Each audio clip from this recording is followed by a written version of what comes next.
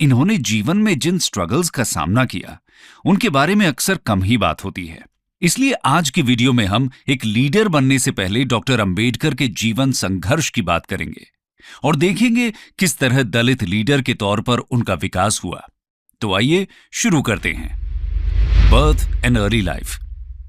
14 अप्रैल 1891 को भीमाबाई और रामजी मालोजी सकपाल के घर एक बेटे का जन्म होता है। रामजी सकपाल एक आर्मी ऑफिसर थे जो कि मध्य प्रदेश के म्हाऊ में स्टेशन थे। मां भीमाबाई अपने बेटे को भीम बुलाने का फैसला लेती हैं।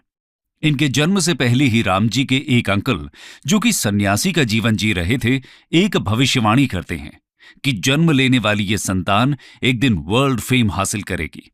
रामजी और भीमाबाई की पहले से ही कई संतानें थीं। इसके बावजूद उन्होंने भीमराव को अच्छी शिक्षा दिलाने के लिए हर संभव प्रयास करने की ठान ली थी। 2 साल बाद रामजी आर्मी से रिटायर हो जाते हैं और पूरी फैमिली डापोली मूव कर जाती है, जो कि महाराष्ट्र के रत्नागिरी डिस्ट्रिक्ट में लोकेटेड है। ये ओरिजिनली यहीं से बिलोंग करते थे। भीम को 5 साल की उम्र में स्कूल में दाखिला दिलाया जाता है, लेकिन पूरे परिवार के लिए रामजी को मिल रही छोटी सी आर्मी पेंशन पर गुजारा करना मुश्किल हो रहा था। ऐसे में रामजी के कुछ दोस्त जब उनके लिए सतारा में जॉब ढूंढ लेते हैं तो परिवार एक बार फिर मूव करता है, लेकिन कुछ समय बाद ही इन्हें एक ट्रेजेडी से गुजरना पड़ता है। भीमाबाई जो कुछ समय से बीमार चल रही थी, उनकी मृत्यु हो जाती है। इसके बाद भीम की आंट मीरा बच्चों की देखभाल का जिम्मा उठा लेती हैं। रामजी महाभारत और रामायण की स्टोरीज अपने बच्चों को सुनाया करते थे और उनके लिए डिवोशनल सॉन्ग्स भी गाया करते थे।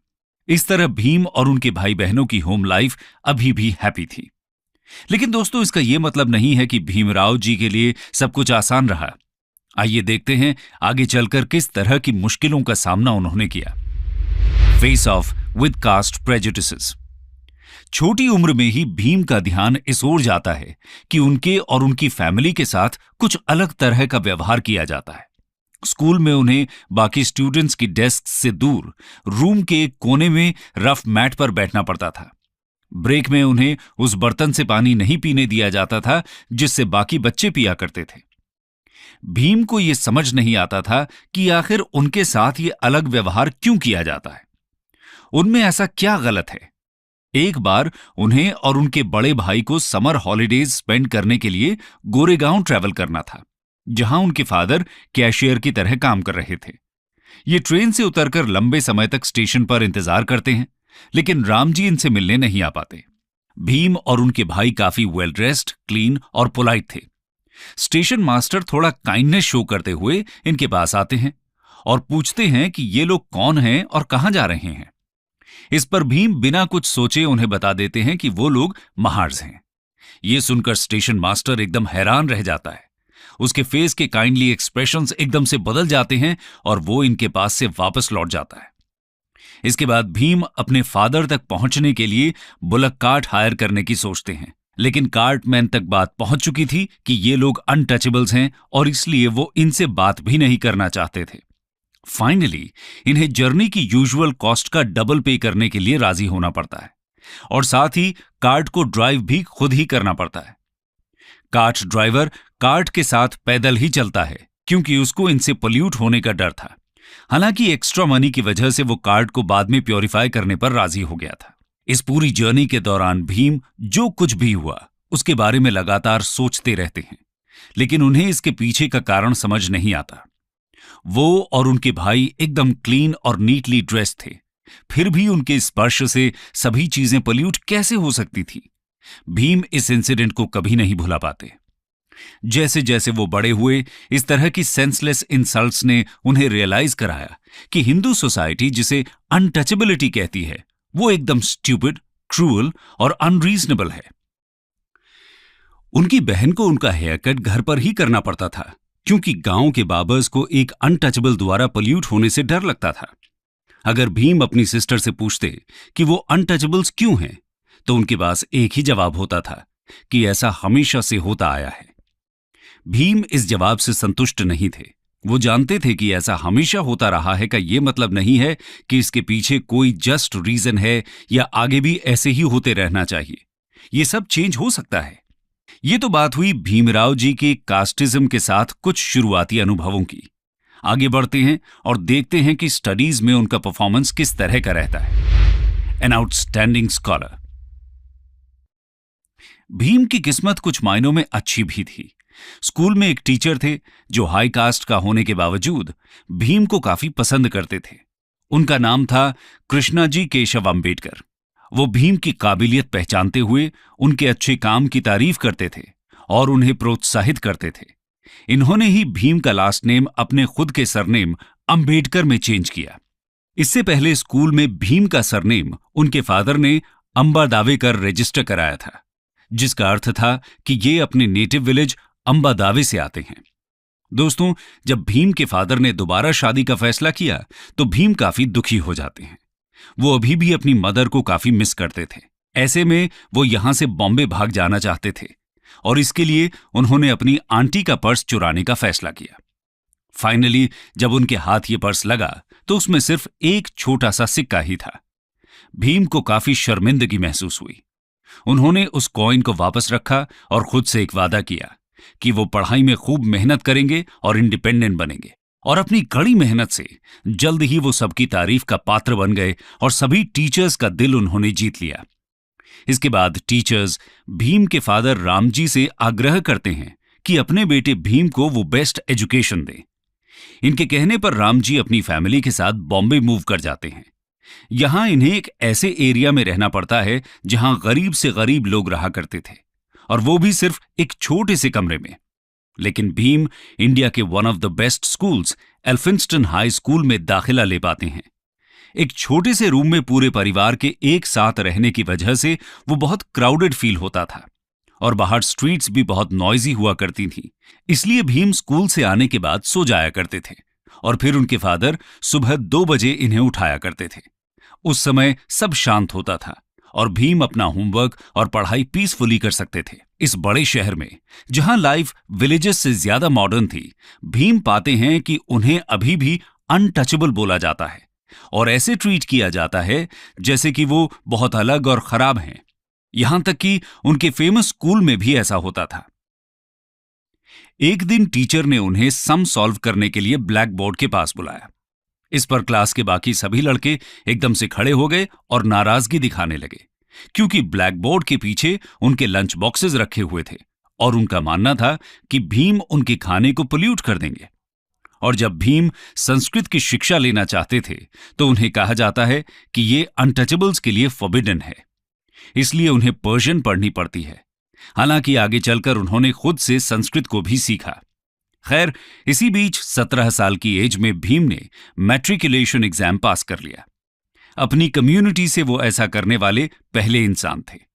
उस समय अर्ली मैरिजेस कॉमन हुआ करती थी, तो इसी साल भीम की शादी रमाबाई से कर दी गई। भीम ने पढ़ाई में अपनी मेहनत जारी रखी और नेक्स्ट इंटरमीडिएट एग्जामिनेशन डिस्टिंक्शन के साथ पास किया। लेकिन अब इससे आगे रामजी स्कूल फीस पे करने में असमर्थ महसूस कर रहे थे।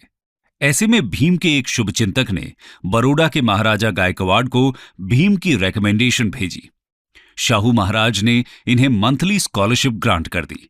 इस स्कॉलरशिप की हेल्प से भीमराव 1912 में अपनी बीए पास कर लेते हैं और इसके बाद उन्हें सिविल सर्विस में एक जॉब दे दी जाती है। लेकिन सिर्फ 2 हफ्तों के बाद ही उन्हें वापस बॉम्बे अपने घर जाना पड़ता है, क्योंकि रामजी बहुत बीमार पड़ गए थे और कुछ समय बाद ही उनका स्वर्गवास हो जाता है। इसके बाद 1913 में दोस्तों भीमराव को आगे पढ़ने का मौका मिलता है।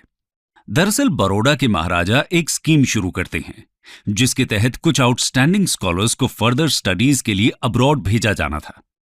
भीमराव भी इसमें सिलेक्ट किए जाते हैं, लेकिन उन्हें एक अग्रीमेंट साइन करना पड़ता है जिसके अनुसार अपनी स्टडीज फिनिश करने के बाद 10 साल इन्हें बड़ौदा स्टेट को सर्व करना था। इस तरह 1913 में भीमराव यूएसए चले जाते हैं और न्यूयॉर्क में स्थित वर्ल्ड फेमस कोलंबिया यूनिवर्सिटी से पढ़ाई करते हैं। इनके मेन सब्जेक्ट्स इकोनॉमिक्स और सोशियोलॉजी थे। 2 साल के अंदर वो एमए की डिग्री हासिल कर लेते हैं और अगले ही साल अपनी पीएचडी थीसिस भी कंप्लीट कर लेते हैं। इसके बाद वो कोलंबिया छोड़कर इंग्लैंड चले जाते हैं और वहां London school of economics join कर लेते हैं। हालांकि उन्हें कोर्स पूरा होने से पहले ही लंदन छोड़ना पड़ता है, क्योंकि स्टेट ऑफ बड़ौदा द्वारा दी गई स्कॉलरशिप एक्सपायर हो जाती है। भीमराव को 3 साल का इंतजार करना पड़ता है लंदन वापस जाकर अपनी पढ़ाई पूरी करने के लिए। खैर, उससे पहले बात करते हैं वापस इंडिया आकर उनके किस तरह के एक्सपीरियंसेस रहते हैं। रिटर्न टू इंडिया, नाइटमेयर इन बड़ौदा। दोस्तों, जैसा कि तय हुआ था, भीमराव बड़ौदा को सर्व करने के लिए वापस आ जाते हैं। उन्हें बड़ौदा सिविल सर्विस में एक शानदार जॉब दी जाती है। भीमराव के पास अब डॉक्टरेट की उपाधि थी और एक टॉप जॉब के लिए वो ट्रेन हो रहे थे। लेकिन इस सब के बाद भी उन्हें हिंदू कास्ट सिस्टम के वर्स्ट फीचर्स का सामना करना पड़ता है। ये अब और ज्यादा मुश्किल था क्योंकि वो पिछले 4 साल से देश से बाहर रह रहे थे, अनटचेबल के लेबल से एकदम फ्री और दूर। जिस ऑफिस में वो काम कर रहे थे, वहां कोई भी उन्हें फाइल्स और पेपर्स हाथ में नहीं देता था। सर्वेंट उनकी डेस्क पर फाइल्स फेंक दिया करता था, ना ही उन्हें पीने के लिए पानी दिया जाता था। रिस्पेक्ट देना तो बहुत दूर की बात है, और ये सब सिर्फ और सिर्फ उनकी कास्ट की वजह से। भीमराव जी को रूम के लिए बहुत से होटल्स के चक्कर लगाने पड़ते हैं, लेकिन कोई भी उन्हें रूम देने के लिए तैयार नहीं होता। आखिर में उन्हें एक पारसी गेस्ट हाउस में रहने की जगह मिलती है, और वो भी तब जब उन्होंने अपनी कास्ट को सीक्रेट रखने का फैसला कर लिया था। यहां उन्हें बहुत ही अनकंफर्टेबल कंडीशंस में रहना पड़ता है। भीमराव जी उम्मीद कर रहे थे कि अपनी सिविल सर्विस जॉब के थ्रू वो रहने के लिए कोई और जगह जल्द ही ढूंढ लेंगे।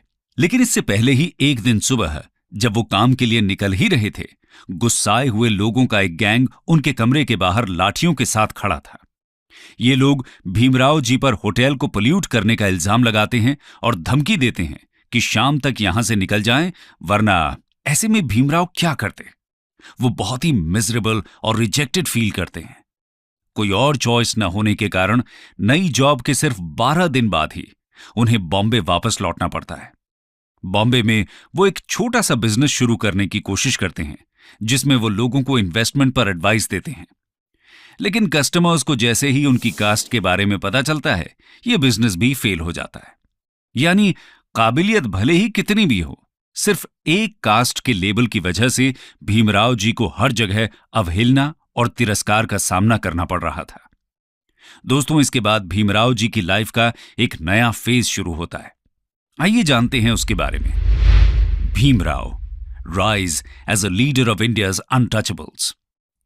1918 में भीमराव बॉम्बे के सिडेनम कॉलेज में लेक्चरर बन जाते हैं और यहां स्टूडेंट्स के बीच एक ब्रिलियंट टीचर और स्कॉलर के रूप में उनकी एक पहचान बन जाती है।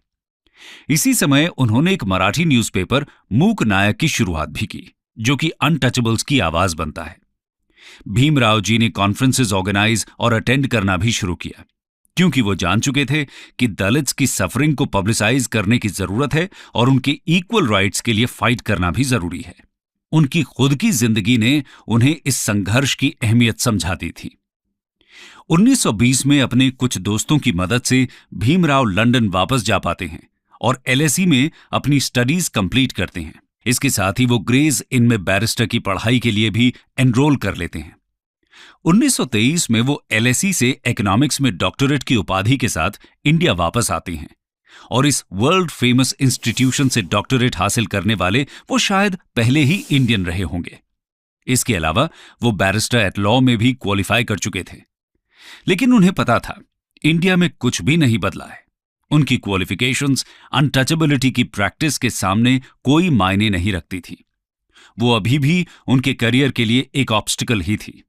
हाँ, लेकिन अब उन्होंने दुनिया की बेस्ट एजुकेशन हासिल कर ली थी और दलित कम्युनिटी को लीड करने की पूरी काबिलियत रखते थे।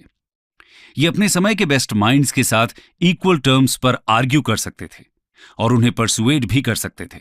लॉ के भी एक्सपर्ट थे और ब्रिटिश कमीशंस के आगे एक गिफ्टेड स्पीकर की तरह कन्विंसिंग एविडेंस दे सकते थे। भीमराव जी ने अपनी आगे की जिंदगी इसी टास्क को समर्पित कर दी। एजुकेशन की इंपॉर्टेंस को जानते हुए भीमराव ने 1924 में बहिष्कृत हितकारिणी सभा नाम से एक एसोसिएशन की शुरुआत की। इसका काम हॉस्टल्स, स्कूल्स और फ्री लाइब्रेरीज सेटअप करना था। इसके बाद 1927 में महाड़ सत्याग्रह हो, राउंड टेबल कॉन्फ्रेंसेस में पार्टिसिपेट करना हो या कंस्टिट्यूएंट असेंबली में दलित राइट्स को इंश्योर करना, भीमराव जी ने दलित्स की इमेंसिपेशन के लिए ही काम किया। कंक्लूजन। दोस्तों, ये थी कहानी एक ऐसे संघर्ष की जिसने पूरी दलित कम्युनिटी को आगे चलकर प्रेरित किया। डॉक्टर भीमराव अंबेडकर न सिर्फ दलित्स के लीडर बने, बल्कि सभी वल्नरेबल कम्युनिटीज के राइट्स की बात उन्होंने की। वो वुमेन राइट्स के एक बड़े पक्षधर थे। उन्होंने अपने जीवन में आई कठिनाइयों से कभी हार नहीं मानी, बल्कि उन्हीं की प्रेरणा से एक लीडर के रूप में खुद को विकसित किया। ऐसी महान शख्सियत